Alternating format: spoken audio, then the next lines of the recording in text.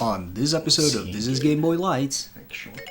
look, normally we do like a joke or a stinger here, but I feel that for this special episode, this special Lite episode, we need to bring a little bit of culture to everybody. So before I start everything, I would like to kick off this episode by reading you a famous poem by the French poet / author Avril Lavigne.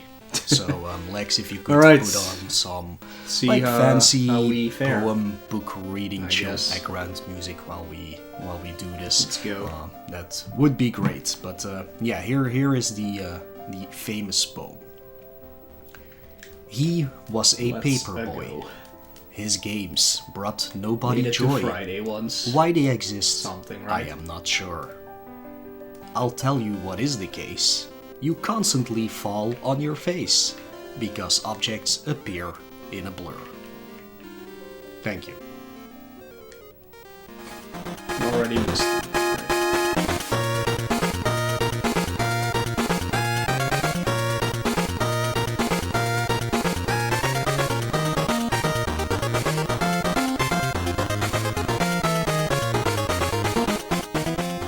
Hello everybody, welcome back to a brand new episode of This is Game Boy Lite, our in-between episodes where either me or EBC take a look at some game or some topic on our own.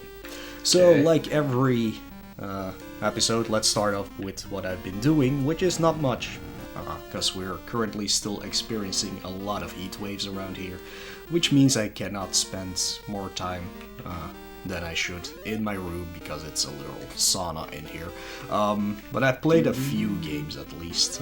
One of them being Wild Arms 2, which I finally decided to play after buying a copy of it like 15 years ago. My aim is perfect. Wild Arms 1 at least is one of my favorites RPGs of all time. And after I played that one, I bought 2 and 3, 2 being a US and probably Japanese exclusive, so it was never released here in Europe. That's again on PS1, and there's also Wild Arms 3 on PS2. I think there's 2 more, like 4 and 5 on PS2. Alright. And also the remake of the first one, which only came out in America and Japan, and it is unaffordable for me, sadly, because I would really love to play the remake of that. But yeah, maybe one day I'll find a copy for a good price. But whoops, for now I'm playing Wild Arms 2. It's good. I really like it. It's not. It doesn't have the same impact as the first one it did for me, but yeah, I'm enjoying the game. I think I'm halfway through the first disc because yes, this game has 2 discs, and it's been fun so far. There's not a lot of actual fighting, more boss battling than anything else. Maybe it's just because the way I'm playing it, but I just seem to go from one boss fight into the next. But that's fine. I mean, what else do you do in an RPG, right? Besides that, I've played Escape from Tethys, which is a either cheap or free game on Steam. Always I'm gonna say cheap. It's one of those games that I had no idea I even had, so it probably came because it was free for a day, or that I got it in a Humble Bundle or something like that. But it's like a shortish Metroid-like game. I had a lot of fun with it. I played through it twice, once to get a 100% completion, and then for the speedrun achievement, which was a lot easier than I expected it to be. So if you want like I think I spent 5 hours on it, like 4 on my initial playthrough and like 45 minutes on the speedrun or something. Go check it out. It's actually very fun, and it has very basic mechanics, so it's nothing too crazy. Yeah, there you go. I've only played 1 Game Boy game, and I haven't even finished it yet. I'm almost done with it, but it's a Battle Ping Pong, which is a Japanese exclusive game, where you play ping pong. It's actual ping pong. It's not like something fancy with Gundam characters or anything like that. Yeah, it works fine. What I especially like about the game is that your paddle goes to the ball automatically.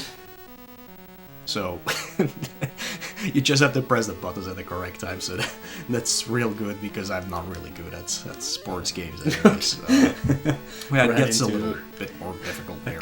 I think I have 2 more opponents to beat before I've beaten this game. But yeah, that's pretty much all I've been playing, really. Oh, I missed one? So not that much. Like, Wild Arms 2, of course, is a longer game. It's too bad. Because it's an RPG. But I'm using that to chill during these heat waves that we're having. So, yeah. Yeah, that's pretty much it. So yeah, let's dive into, I guess, the topic of this week. Because I'm talking about 2 games, but they're so closely tied together that it's just gonna be one episode, and even a light episode because there's not that much to say about it. But yeah, we're gonna be talking about Paperboy 1 and 2 for Game Boy. Enjoy this amazing music from Paperboy on Game Boy, and I'll be right back.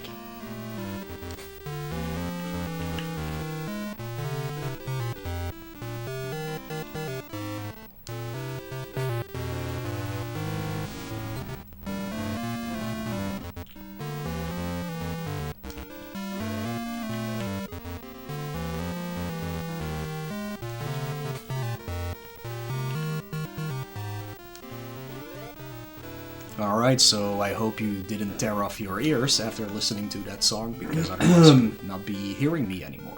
I don't know why. Let's dive a little bit into Paperboy. So what is Paperboy? It was, well, besides garbage, it's actually an arcade game made by Atari back in the 80s, where you controlled your character or the bike with actual bike handlebars as a controller. So that was pretty nifty. But yeah, it's basically a score-based game where you try to get as many points as possible. I'll go into the details a little bit later when we're overviewing the Game Boy games. But yeah, it's an arcade game, at least. Because it will be another Thursday sequels, run, actually. It had Paperboy 2, but that only came on home consoles. Like, the original got ported to literally every system you can imagine, and almost the same happened with the sequel, but that was especially made for home consoles. Keep running into that. If I'm not mistaken, it got also but third game, Paperboy 64, on the Nintendo 64.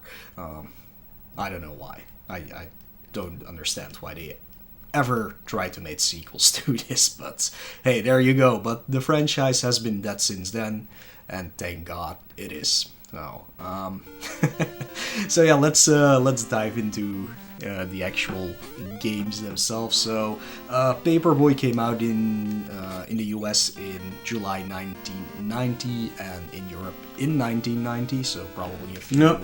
Did it again. A few months later. Never got a Japanese release. It just release. Always does that shit. The developer, I found that it's Tengen, but I actually think it was our first try. East-Ridge Technology. If it is East-Ridge Technology, at least, not much is known about this company. Thursday. It's always Thursday.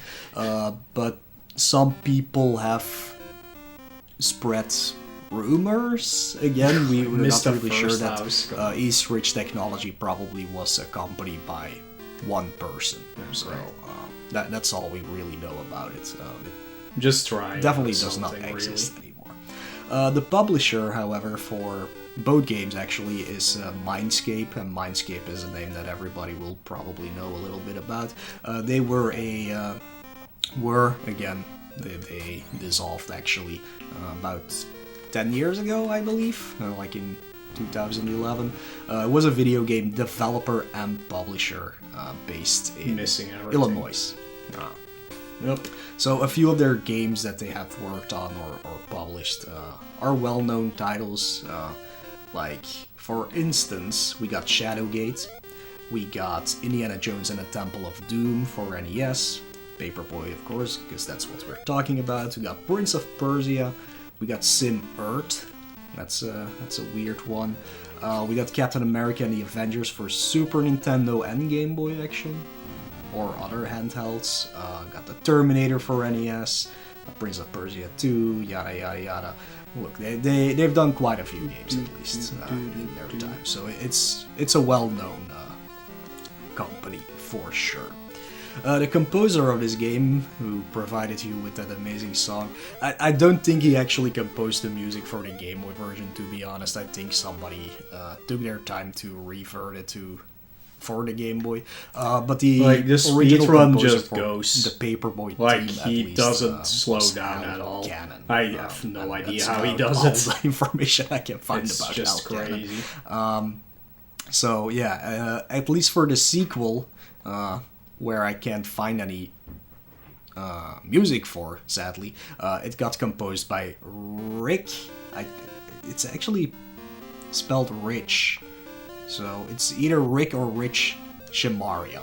So that's the composer for the second game. Speaking of the second game, that one came out 2 years later, so in the US in April 1992, and in Europe in 1992.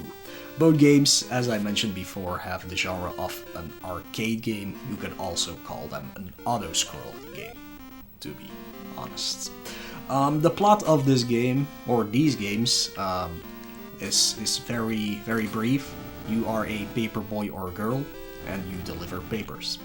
That is the plot of this game. There's not actually a plot at all. So let's dive a little bit into the gameplay, and we're gonna start off with Paperboy 1, of course. So it controls pretty easily. Up will increase your bike speed, and down will decrease your bike speed.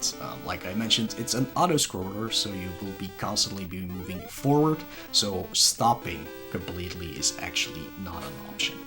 The left and the right buttons will steer you either left or right, simple as that. What does the A and B button do? Well, you can throw some papers with it. And in this case, in Paperboy 1, they will always... I mean, it's working out so to far, your but I doubt I can side. manage to... Let's dive into the keep that mechanics up. of this game. So you auto-scroll through the levels on a faux isometric grid, with your character having a very small playing field on the right side of the screen. I would say about 25% of the entire screen is where you can move. Thank you for and the everything host. else is on the left Hi, everybody. side. So all Welcome obstacles, to houses, this game yada, yada, forever, yada, probably. will appear on your left side, but also on the right side when it comes to Can you do a hazards. shout out? What you have to do is complete a there was full week probably of nobody delivery here paper, anyway. so that means there are 7 stages. Just do it Monday anyways, to Magar. Sunday. Every time you There will we start a new game, the hazards and the houses will get randomized, so you have to pay attention to what's going on. You can't just learn the stages How's by everybody heart doing? and beat them. So your goal here is to deliver newspapers to the light grey houses, or the ones with a mailbox, that's a better tell on the Game Boy version, by throwing a paper on either their doormat or Thank you in for their the follow. mailbox. I'll check out Newspapers who that you was in a have, you minute start here. with 10 of them. If you see Trying a to stay pile of alive. newspapers, you can get some more, and you will be needing to do that because otherwise you will run out. Yeah, welcome to the Game Boy If you port deliver of to all of the subscribers on one day, Paperboy, get where a you can new barely see subscriber what's going for on the screen. following day.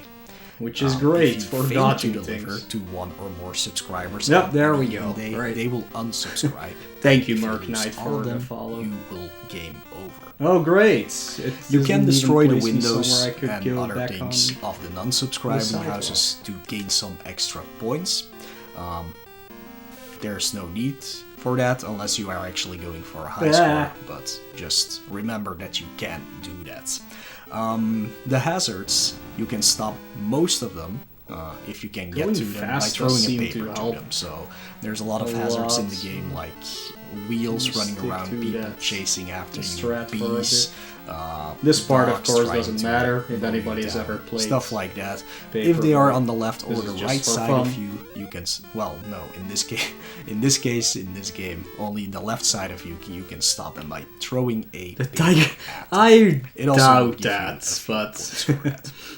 hey, Cruise After Skater. each stage, you will come across a stunt course. Did you where finish you Pier can Solar? Get more points. And again, it's completely Oh, useless. great. unless There's you're only going 2 for houses a left high that have a score. subscription. I have to You make can sure even I just actually fail the get stunt those. course at the start to save you some time. Or it's over because you will be anyways. replaying Thursday, this game my over and worst over day. and over That and over kinda again rhymes. until you reach the end. Well, yeah, So this is you can usually where technically I- skip it unless where you I just die. want a little breather from all the madness that is going on the street. You can take your Because time bullshit there, but yeah, everywhere. it doesn't matter at all unless you're going for points. The final mechanic of the game is you start the game with 4 lives to get through these 7 days, and there are no ways to gain extra ones. So again, that's why I said the score does not matter at all. You would think you would gain some extra lives by getting a high score or something. You do not. You have 4 lives. That is. Yeah, this going fast method does seem to pay off for me. Or I'm just really. So, anyways, lucky like this run, when that's you also listen to possible. these mechanics, it sounds pretty simple, and basically it is a pretty simple game. You avoid stuff and you deliver papers. That works for a game. I mean, it's fine. Why not? But this Game Boy port does Yeah, have see, some there I problems, so wasn't let's dive into those for a bit. So lucky at this is all. a straight conversion from the NES port. Stuck in a meaning castle of they did looping? not downsize any of the sprites for the Game Boy screen. The only way they saw to That- put the game on the screen was to zoom in the camera to the point but where yeah, you barely just have compare any a room screenshot to of see this or with, react like the to NES version or objects- whatever, and you can see that and that's literally the a point. lot of the game. view So that they you need basically to have already is just failed blocked in this game. providing, Well, it's not there, the simplest basically. mechanics, the basic mechanics for this game to play. that's why Because this it's a is so conversion, hard. it also means that the Way color harder than coding it that should was be. used for the NES version to help you distinguish objects, it's not present at all The in this looping game. castle, that's a dumb idea They for did an not RPG. alter sprites or something like that, so have fun seeing the difference between gray and be a perfect some one, other this gray sprite, to distinguish things between Puzzle the your good way out houses, the repeating. bad Yeah. houses, and stuff like that. I've It not is seen that a much in an real RPG, problem though. to actually see. Hey, I made it to Friday. And then there's a third problem, which makes it even harder to play this game. The hitbox of your bike character does not make a lot of sense. It might be due to the isometric grid, maybe just because they couldn't fit a hitbox in there correctly, because you're still basically working with And there you have square it. pixels, so making a diagonal I could hitbox not have is known nearly that. impossible, Like, basically. it's so dumb. But yeah, they definitely is did so not do dumb. it correctly. Either way, there will be plenty of times during this game where you either feel like you should have been hit by something very clearly, and other times where you get hit by something that is not anywhere near you at all. So yeah, those are the 3 things you have to keep in mind while playing this game. You can't see anything, your hitbox is very horrible, and there is no distinguishing fact between And that. what is good and what is bad. So it makes it hard for you to figure out which houses are the ones you have to deliver to. So yeah, that's basically Paperboy 1. One thing could have So saved this that's game. all this game is. An auto-scroller, you throw papers, you Besides, open of stuff. course, a you do better that for view, 7 but- stages, and the game. If they couldn't ends. do the better That's view, pretty one much thing it. could have saved So, this game. let's move on to Paperboy 2. The controls in Being Paperboy able to 2 get are extra the same lives. as in Paperboy 1, but in this case, A throws papers to the left side That's of you, all this B game throws needed. papers to the right side of you. This already is an improvement because you can also hit just things gonna that come already from the killed right myself side, here in because case you pointless. you need to do that. But it also ties into how this game is improved upon or mechanically improved upon from the previous game. So the core gameplay in Paperboy 2 is basically the same. You still do the same stuff. You avoid hazards, you deliver papers, you get to the end of the streets. That is it. Alright, let's try In again. this game, however, instead of 1 week or 7 stages, you get 3 weeks or 21 stages, with each week being on a quote-unquote harder street. So there's easy streets. Wait, they're called. It's not street. It's like hard. Whatever. It's easy, medium, hard. You I cannot already choose missed your the own first difficulty. one, so You have to good. beat the Second first one week once. before you go to the second, and then you go to. And I missed the second house as well. They Wow, added a this is- lot of new enemies and this is house going types. well. Just to make the variation a little bit more interesting, Oh, which it sure. actually does. Like the first one is very bare bones, but this one is a lot more interesting. Sure. There's a lot more visually going on. I'm gonna continue. It's also a lot more funny when it comes to playing the game. Like there's some very silly things you can do in the game, so it makes it at least more interesting, and there's more variation. In this case, a street also consists of multiple parts. So in the first game, the street is always on your left side. You get to the end, you cross the road, and you're at the stunt course. In this case, however, you either start on the left or the right side, you cross a lane or you cross a street, then do another side. So that's also why you can throw papers in two directions in this game. On the quote-unquote higher difficulties, there are even more parts, so it could be that you have to do 3 sides before you reach the end of the stage. In this game, there are also a lot of random events that can happen. For instance, like there's a guy at the pool you can throw into the pool, there's a guy tagging walls with graffiti, there's a guy holding up a gas station or a bank. These are all things that are not hazardous to use, but you can interact with them for some quote-unquote funny scenes, and you will get more points, of course, because that's still the core mechanic of this game. So yeah, let's see what the problems with this game are and what the improvements are. Basically, the game has the same problems as the previous one. There is no color coding, so sometimes it's hard to figure out which house does have a mailbox or not, in advance that is. If you're right next to them, you can see the mailbox, of course. The screen is still zoomed in, making reaction time slim to none, and the hitbox is still a shitbox. So again, the same problems that the previous game had. Where it does way better than its predecessor, however, is that a lot of the hazards are way easier to predict, even when they are still off-screen. Especially after you have done day 1, because basically day 1 shows you where everything is, and the subsequent days just add more hazards on the same route. So yeah, the houses and the objects are still random once you start the game, but yeah, every day has the same layout, but has or even removes some of the hazards. But that also means you can basically form a plan much better than in the first game. In the first game, it's more like, well, we'll see what happens. In this one, you're like, oh, this happened on day 1, so I can expect this on day 2, and they will probably add that. It may sound daunting to do 3 weeks instead of 1 week on streets with quote-unquote increasing difficulty and with only 4 lives, but I wouldn't worry about that. The game actually provides a password system every week, and in this game you can actually get 1-ups. However, that will take some practice, but there are 1-ups. So in order to net a 1-up, you need to do a perfect delivery, meaning on day 1, you cannot fail to deliver to a single house. Losing a subscriber means you will have to use the next day to get that subscriber back, meaning you just can't do a perfect delivery on that day. Of course, if you have lost more than 1 subscriber on a day, it will take you more days to get them back, as you can only get 1 new subscriber per day. But all in all, after a while, you get so familiar with the game itself, you can manage this pretty fine, unless some bullshit happens that respawns you beyond the house mailbox you needed to do. That is a problem with this game, that if you're coming up to a house with a mailbox and you do get hit with a hazard, they usually respawn you after the mailbox, so you cannot get that mailbox at all. So you have to keep that in mind for sure while playing. But again, this game, it's a lot easier to figure things out and to get like a rhythm going and knowing how to deal with certain hazards. So it makes it easier to do that perfect delivery, get more 1-ups, and give you more chances to actually finish the game.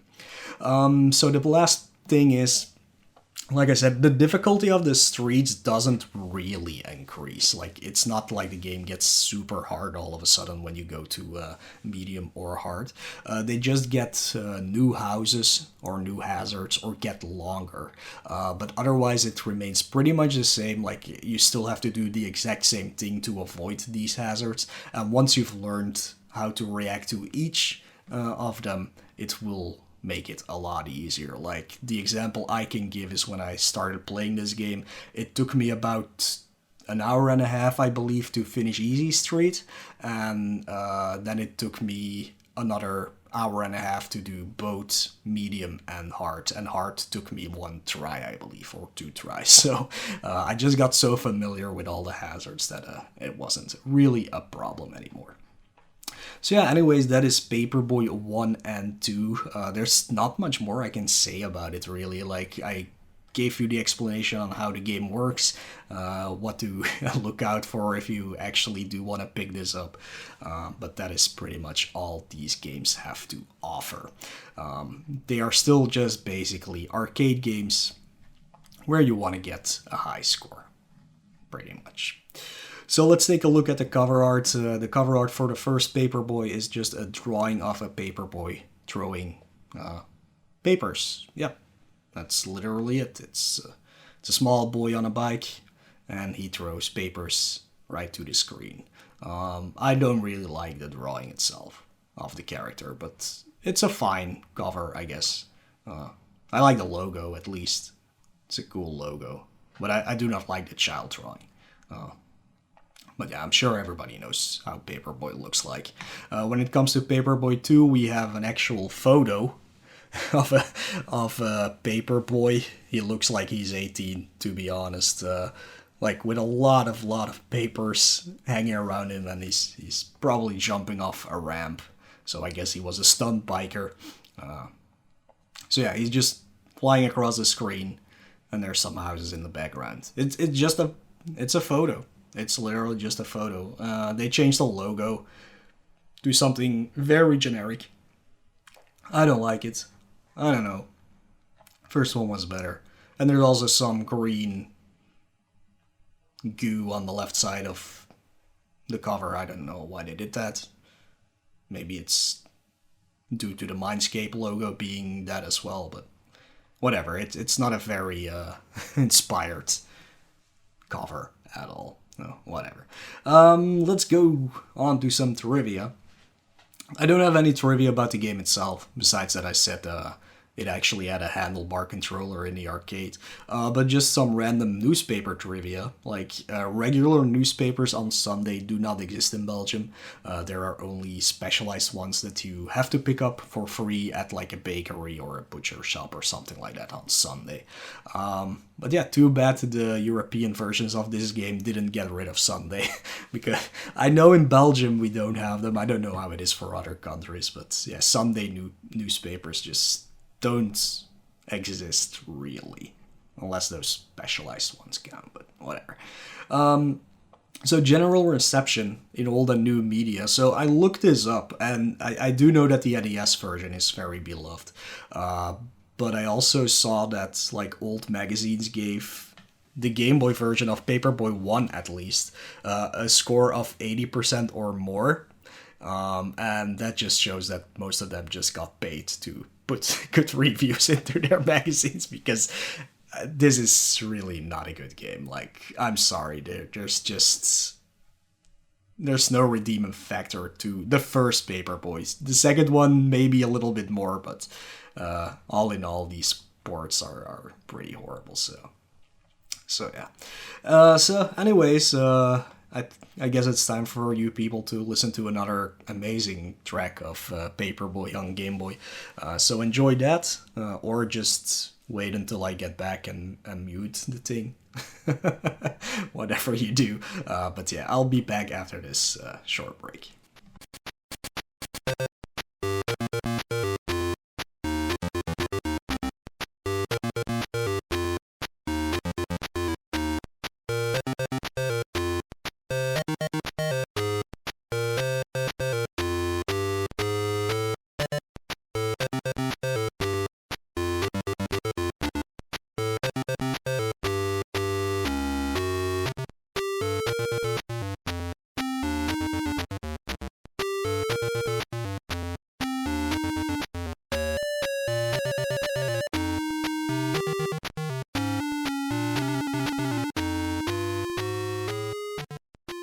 And we're back with Paperboy, yay. Aren't you glad I'm back and that I did an episode on this? So let's dive a little bit into my thoughts and history with the game. basically you can burn these games in hell for all that I care. These are not games for me, as you might already know if you listen to previous episodes. Like, I'm really not big into arcade style games at all, where the only real point is to get points. Like, I didn't grow up with games like that, like on the Atari and stuff like that. So for me, it started with NES, which had a clear quote-unquote story, mechanics, and an ending. So those were the games I liked. I'm not into arcade-style games at all.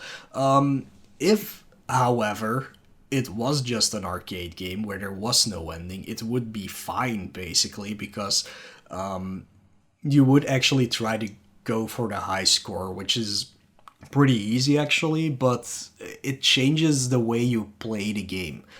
In this case, you know there's an ending, so you know you have to survive until you get to the end, which means you're gonna play very, very carefully, not waste any newspapers to get extra points and things like that.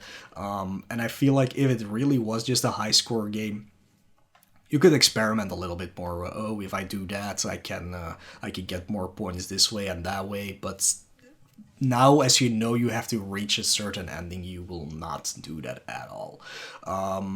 Especially when it comes to those stunt courses at the end of the game. I just let myself get hit by something just to skip them and get on with it. Especially in the first one. In the second one, I do tend to do that just to get a break because there are longer streets. Plus, I know I can get extra lives and things like that, so it's a little bit easier that way, but yeah, whatever. But yeah, the mechanics of this game, on Game Boy at least, are not meant to go for a high score. And you can argue that they kind of fixed that in Paperboy 2 with the password and extra lives, but in the end, it's a game you have to beat, and not a game you have to play to get the best at, or if you want to phrase it like that. So I can't speak for any other ports of this game, as I've never played any of them.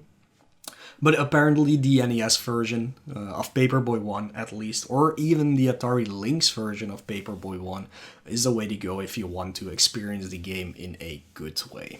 I do not know if they end after a week or if they just loop either, but if you want to play Paperboy, most people will say play the one on NES. Again, I wouldn't care because I don't care about the genre, but yeah, if you want to check it out, play the NES version. And it's the same game as on Game Boy, but at least you can see what's going on. So on Game Boy, at least for me, Paperboy 2 is definitely the superior game, but superior shit still remains shit, sadly.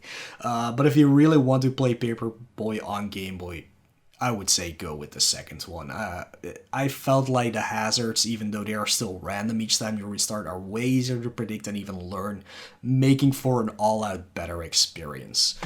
In Paperboy 1, I was literally just praying and hoping nothing would hit me because I couldn't react at all. There were many stages where I was like, please don't hit me, please don't hit me, please don't hit me. And then after 4 hours it happened that I didn't get hit, so that's literally it. And I felt in Paperboy 2 I was actually getting quote-unquote better at the game, so unless there was some real stupid bullshit, I could always get away unharmed. So those are my thoughts about the game. I don't have any history with it, really. I didn't play them as a kid at all. So, retro achievements, there are none. Thank God. At least for me, thank God there are none. So we can just skip that. Somehow some crazy people do think it's a good game to speedrun because Paperboy 1 on Game Boy has a few runs going for it. There's perfect deliveries and non-perfect delivery runs. The perfect delivery world record at this point in time is 11 minutes 6 seconds and 85 milliseconds. Non-perfect delivery is 11 minutes. Basically, yeah, 11 minutes. There you go. One is held by Holly Go Rock, the other by Thunder Daddy. Oh, if you want to check that out. I checked it out, but I have no idea how they do it. It's crazy how they can avoid everything. Maybe I'm just really bad at the game, whatever. But so Paperboy Paperboy 2 also has some runs, only by one person, Peanut Fan 22. It's perfect delivery and non-perfect delivery, Jesus, I can't talk, but only on Easy Street. So there's no middle. Oh, here it is. Easy Street, Middle Road, and Hard Way. There we go. I knew they were called different. But yeah, only Easy Street is available as a speedrun right now. All the other Middle Road, Hard Way, separately, and even All Streets doesn't have any runs, so go try that for yourself. The perfect delivery for Easy Street is 17 minutes and 41 seconds, and the non-perfect is 13 minutes and 29 seconds. So technically they're all short games, but I guess a full game of Paperboy 2 will take you about 45 minutes or something. So yeah, that's it. That's all I have to say about Paperboy. Nothing more should be said about Paperboy anyways. This is probably the most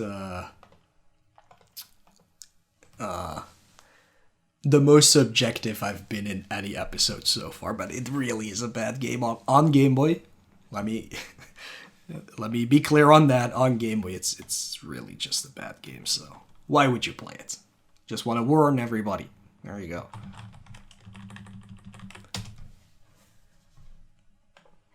Anyways, if you think that Paperboy is actually an amazing game and that I'm completely wrong, you can, of course, let me or the other two people who work on this episode know by commenting on our tracks on SoundCloud, or you can contact me on Twitch, Twitter, YouTube, and Instagram, all under /Moelle, which is MOELLEUH. If you want to not address me directly, but want to say to EBC or to Legs that they have to fire me because I don't like Paperboy, you can also reach them, of course. You can reach eBloodyCandy on Twitch, Twitter, and YouTube, and Instagram, and I think TikTok as well, all as eBloodyCandy, and Legs you can find on Twitch as SprintingLegs, on Twitter as SprintingLegs, on YouTube as Legs, and through her own website SprintingLegs.com, where all of our projects are bundled together, just like our manual database that we still want to expand until we have them all, which will probably take a long while. You can also, of course, just join our Discord. You can find a link to our Discord on our website, which is thisisgameboy.com. You can also find the links to all of our socials on there for easier access. Of course, we are also a little bit of sellouts. Well, maybe not sellouts, but we do like to get money. I guess a sellout would be if we got sponsored or something, like rate, what is it called? Now I forgot the name. Yeah, Rate, whatever, you know the game, the mobile game. No, but we do have some ways you can throw some money at us if you really want to. We got a Patreon. It's patreon.com/thisisgameboy. And if you become a patron, you get access to a bunch of stuff like early access to our Hunters episodes on YouTube, which is a small Let's Play show that me and EBC do, where we play quote-unquote scary games. They're usually not that scary, so even if you're not into them, come check it out. We usually make it quite fun, hopefully. You also get access to our episode notes, you get access to special channels in our Discord, and we are currently working on some new benefits for our patrons, so check that out over time to see what gets added. If you don't like those monthly based subscription thingies and you just want to donate some money to us one time, you can do that through PayPal. Again, that you can find a link to that on our website. Please, if you are in our Discord and you have donated through PayPal, let us know your name. let us know your handle, so we can also give you access to like the other channels and things like that, because we do want to give you some bonuses for doing that. But we cannot tie PayPal into Discord, so just let us know who you are, and we will take care of it on our end. If you do not like to just pay and not get any stuff or any physical stuff, we do have a merch store. Easy to find. It's merch.thisisgameboy.com, where we currently have our limited edition t-shirt available again. I think it will remain until the end of summer for sure. We also have our normal t-shirt and a mug. The t-shirts are in very good quality. Both me and EBC at least have washed ours for many of times, and the print is still pretty good, and the coloring of the shirt itself hasn't faded. Well, in my case, because I have a green one. There's a green, a gray, and a dark gray one. I have the green one, still looking green. Pretty good. I like it. It's a little bit too warm to wear at the moment here in Belgium, but whatever. It is pretty good. But yeah, if you do not want to support us with money, but just want to support us like you... I have lost my words because I got thirsty. If you want to support us without money, you can definitely do that by just liking our episodes, spreading the word that we exist, commenting on episodes, rating the episodes on whatever podcast thingy you are using. That helps a lot because it puts us higher up in the ratings, and then more people can find out we exist. And speaking of, we're almost hitting 20k listens in total on SoundCloud, which is crazy. That's a lot of listens. And lately the episodes have been doing quite well. Like, it's usually already 60 listens on day one. Like when we started, it was more like 2 listens on day one. So that's a huge improvement for sure.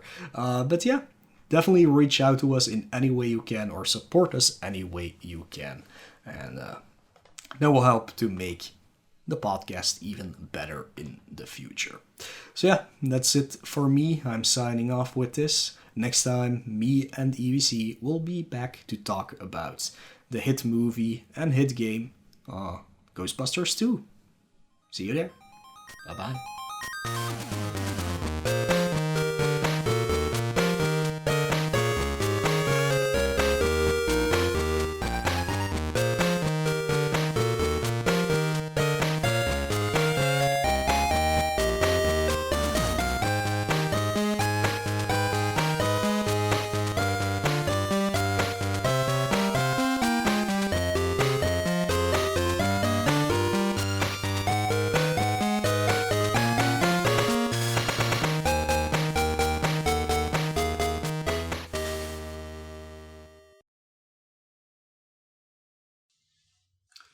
Good enough.